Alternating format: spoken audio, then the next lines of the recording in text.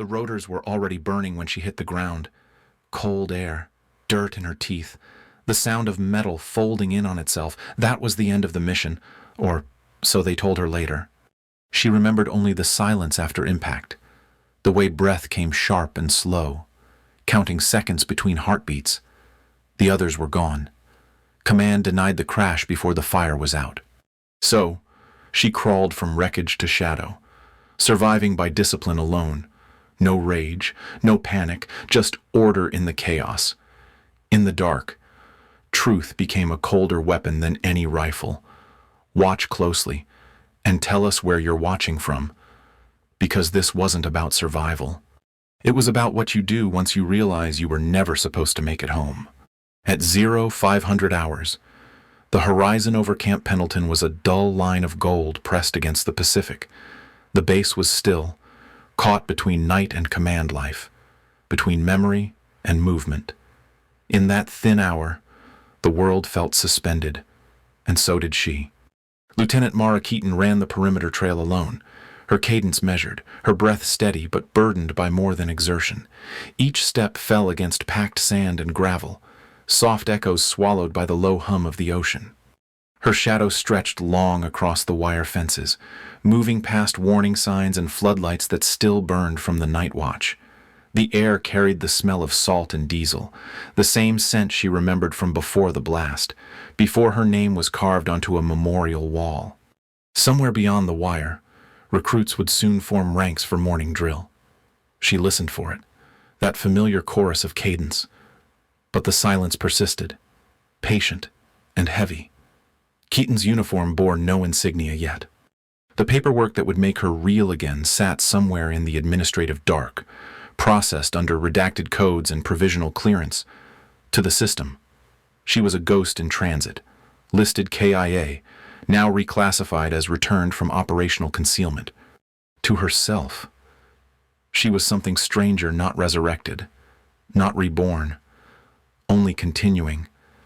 Survival had come at the cost of identity, and every breath since carried that weight.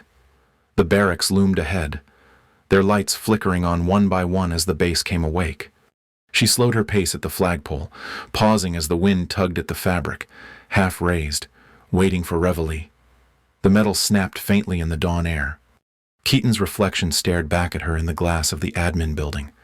The same face, but thinner, paler, eyes older than the records remembered. She adjusted her cover, aligning it precisely, the gesture automatic and grounding. Inside the operations wing, the corridors were sterile and quiet, the smell of coffee and disinfectant filling the air. She passed Marines who glanced up, then quickly looked away, as if uncertain whether to salute or stare. Recognition flickered in some eyes, disbelief in others. Rumors traveled faster than paperwork. The dead returning didn't fit into the chain of command. At 0530, she entered the briefing room. The walls were lined with maps, operational grids, and satellite images still warm from the printer. 3 officers sat at the table, expressionless, their silence sharper than any reprimand. She stood at attention, hands behind her back, posture unwavering. The senior officer's gaze lingered, searching for proof that she was not a ghost, but no words passed. The only sound was the shuffle of papers, the low hum of the projector, and the faint ticking of a wall clock marking seconds into existence. When dismissed, she stepped outside into the full light of morning. Reveille began, brass horns carrying across the wind. Keaton reached into her pocket and drew out the object that had survived with her, a scorched dog tag fused to another in the blast. The edges were jagged, the letters half erased. She turned it over in her hand, the metal warm from her skin, then slipped it back into her sleeve pocket. Somewhere deep inside the compound, a new mission file was already being assembled, her name attached again, this time in black ink instead of stone. The day had begun. The world believed she had returned. But, as the flag reached its peak above the base, Lieutenant Mara Keaton knew the truth. Survival wasn't the end of duty.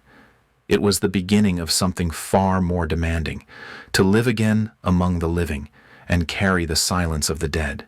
At 0600 hours, the transport jet descended through low coastal fog and settled onto the Norfolk tarmac with a muted thud.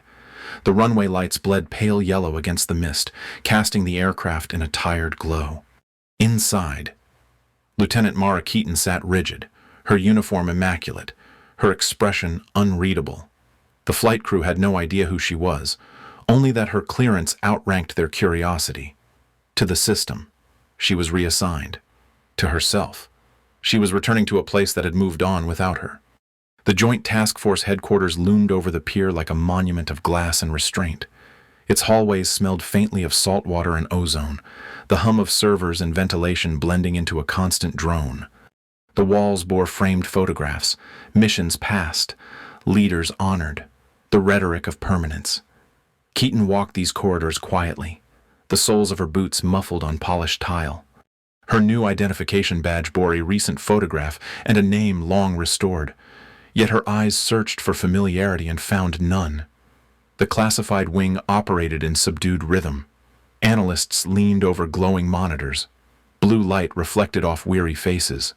Screens scrolled endless lines of code, intercepted transmissions, and logistical manifests tagged by geolocation. Every keystroke seemed precise, procedural, impersonal. Keaton observed without interference, assigned to reintegrative assessment, a phrase that concealed more than it revealed. The officers around her saw only another staff assignment, not a Marine once buried in redacted reports. Days passed without incident. She reviewed mission debriefs, cross-checked supply chains, verified fuel movements and equipment requisitions. The routine steadied her, yet something inside remained alert, uneasy. The first hint came through a transport log, a minor discrepancy in fuel allocation for a convoy stationed 1,200 miles from its reported route. It was a single misplaced figure, small enough to be dismissed, but the error pattern was familiar. She had seen it before, years ago, in the logistics data preceding her unit's ambush. By 0200 the next morning, she sat alone in the dim light of her terminal. The base outside was silent except for the sound of wind rolling off the Atlantic. Her screen glowed with cascading files, archives that should have been sealed years ago. She traced the data trail, each node connecting to another, until the pattern became unmistakable: falsified routing, altered timestamps, identical digital fingerprints. Someone inside had replicated the framework that once misled her platoon into a dead zone. She leaned back, eyes fixed on the shifting code, the glow painting faint shadows across her features. The stillness around her deepened, carrying the weight of realization. The ambush that had killed her command wasn't chance. It had been engineered. The following afternoon, during a systems audit, a figure paused at her workstation.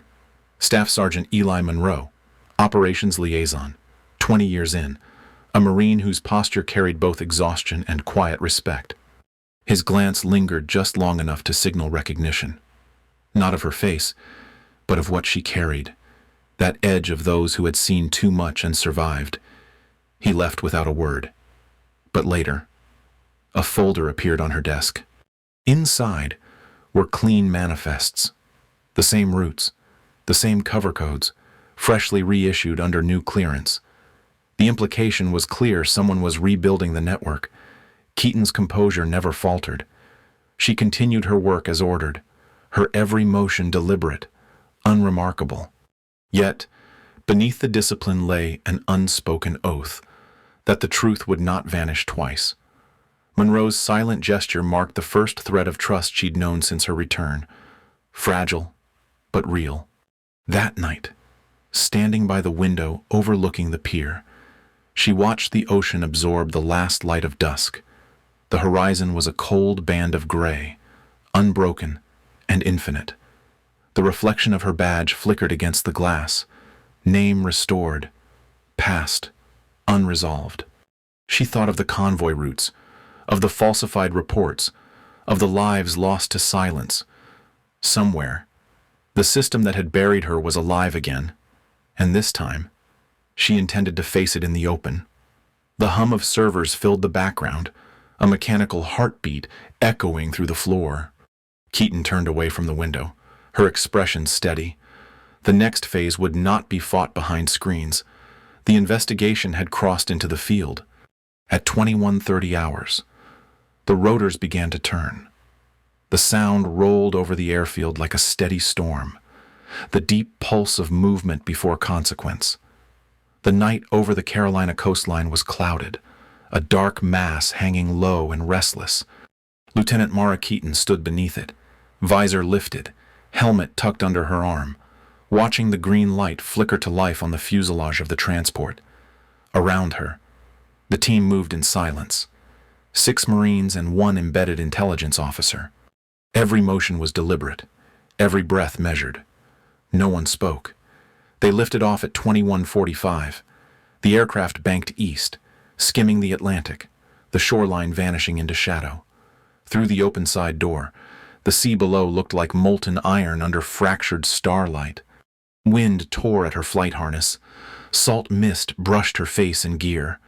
The pilot's voice crackled briefly in her headset, a monotone confirmation of approach vectors and weather drift, but the rest was static, the kind of silence that fills the mind before action. The mission brief had been clean and unspecific. Intercept a shipment of stolen ordnance believed to be en route through decommissioned docks south of Wilmington. The operation was domestic, low visibility, 0 press, no insignia, no acknowledgement. The parameters fit too neatly, too quietly. The kind of mission that dissolved on paper the moment it was done. At 0100 hours, they touched down in a clearing 1 mile from the target zone. The rotors faded into distance, leaving only the sound of surf and night insects. The team moved in staggered file, night vision lenses glowing faintly, rifles held close to the body line. Keaton led from the front, her breathing synced to each step, counting the rhythm between her heartbeat and the whisper of movement behind her.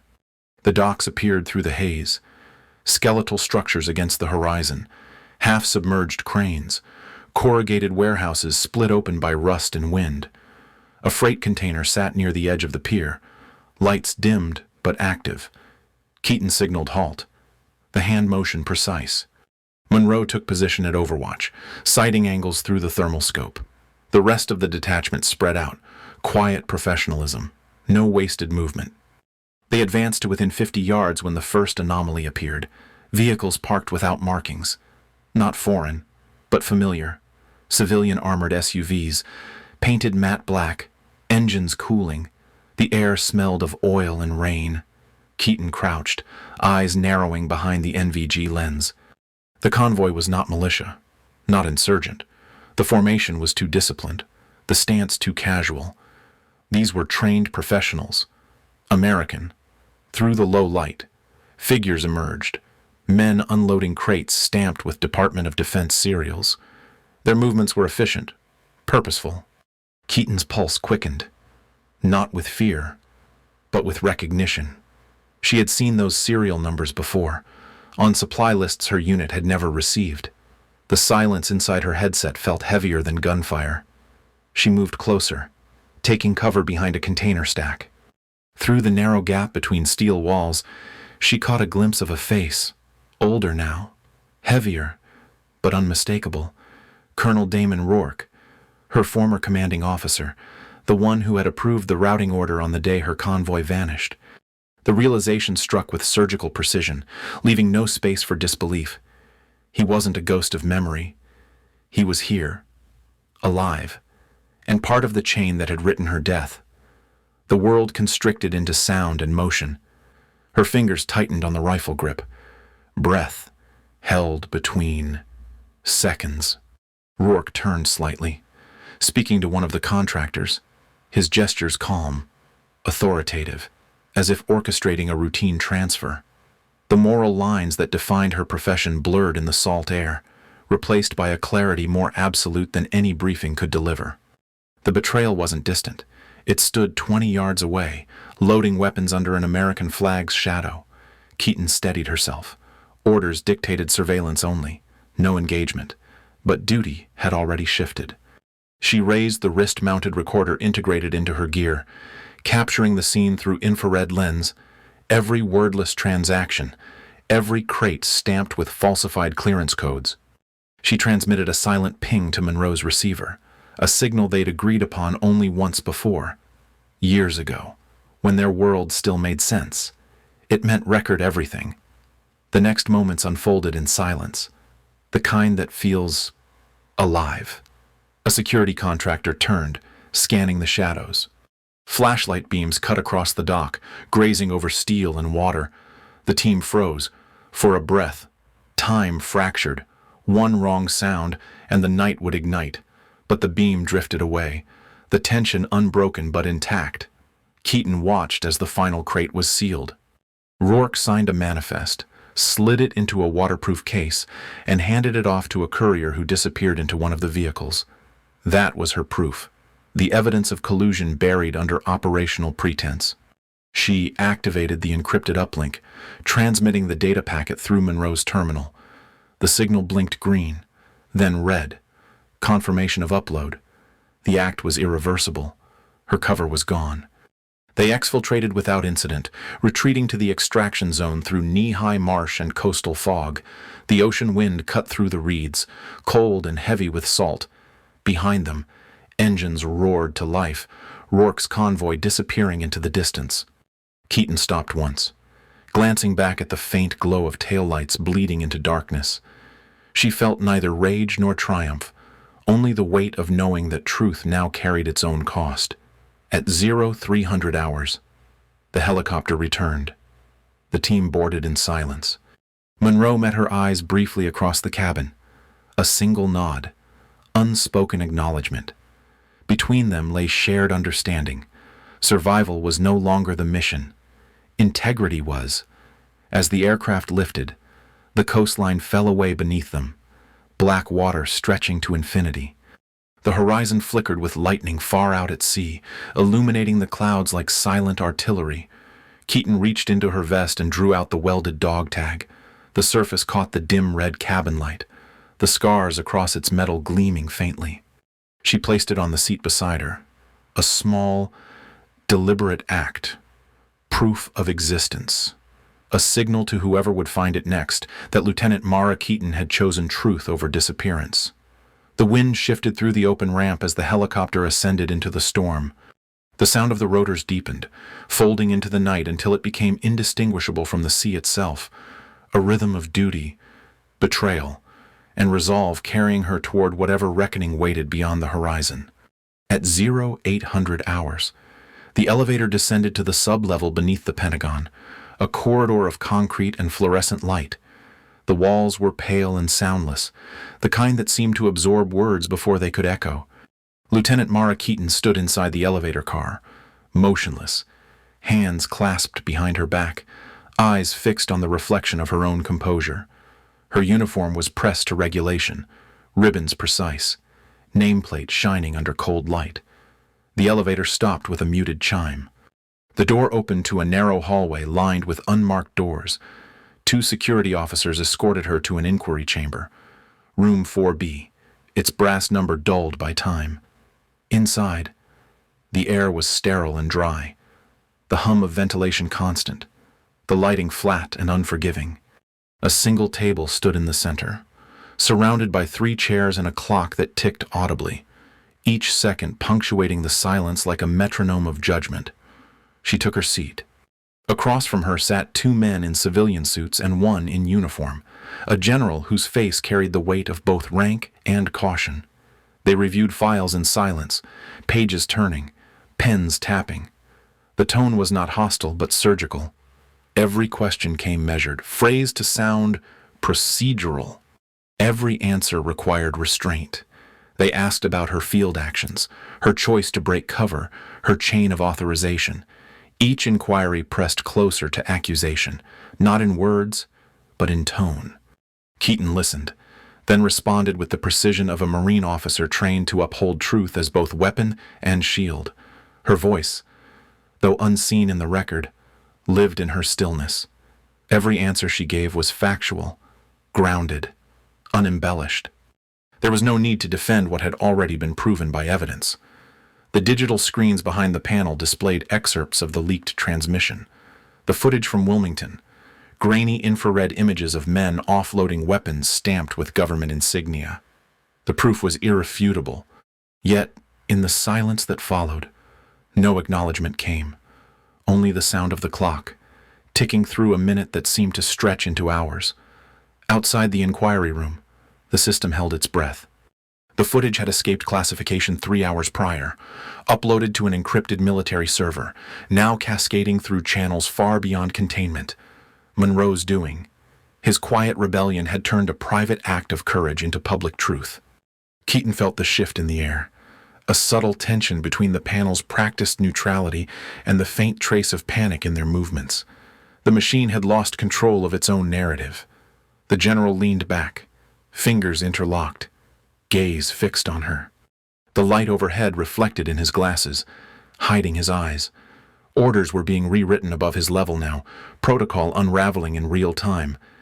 Yet Keaton remained steady. She did not speak of loyalty or betrayal. She did not defend her rank or her conscience. The silence between them became its own statement, a discipline sharper than any confrontation. The clock struck 900 hours. A secretary entered briefly, handed the general a sealed folder, and left without a word. The air seemed to shift again, almost imperceptibly. He opened it, scanned the contents, then closed it with deliberate calm. When he spoke, his tone carried neither reprimand nor praise, only acknowledgement, a bureaucratic echo of justice catching up to truth. Keaton's record was reinstated, her clearance reactivated under classified parameters. The case, though unresolved publicly, had triggered internal investigation. Names were being pulled, chains of approval dissected. The quiet machinery of accountability had begun to move, slow but unstoppable. She rose when dismissed. The escort outside waited, impassive, leading her down a corridor lined with muted lights and polished floors. Every step echoed faintly, the sound crisp, final. At the end of the hall, another figure waited. Monroe, dressed in plain fatigues, seated on a bench beneath the seal of the Department of Defense. His posture was relaxed, but his eyes carried the fatigue of consequence. He did not rise. He only met her gaze with that same unspoken recognition that had defined their bond since the field, trust without ceremony. A clerk approached, carrying a small black case. She handed it to Keaton and stepped back. Inside, wrapped in cloth, lay her dog tag, restored, reforged, the halves welded clean into one. The edges had been polished smooth, the name newly etched. The metal was still warm, as if just sealed by flame. Keaton turned it over in her hand, thumb tracing the seam that once divided life and loss. The surface caught the sterile light, glinting like a quiet heartbeat. There were no words between her and Monroe. There didn't need to be. The act itself, the return of what was once broken, was enough. It was not victory in the conventional sense, but something purer acknowledgement, the kind earned not by command, but by endurance. Outside, the morning light waited beyond security glass. She stepped into it alone, the city beyond the river waking under clouded skies. Traffic moved, flags stirred, and somewhere above, the faint echo of aircraft engines passed over the Potomac. Keaton paused at the steps, wind tugging gently at her uniform. In her pocket, the dog tag felt heavier now, not from weight, but from meaning. A piece of metal turned into proof that truth, though delayed, can survive the machinery that tries to bury it. She walked on, unhurried, her boots striking the concrete with steady rhythm. Behind her, the Pentagon loomed, a structure of power and silence, but she carried something it could not contain. The integrity of one Marine who refused to vanish. Ahead, the day stretched open, uncertain but honest. The reckoning was complete.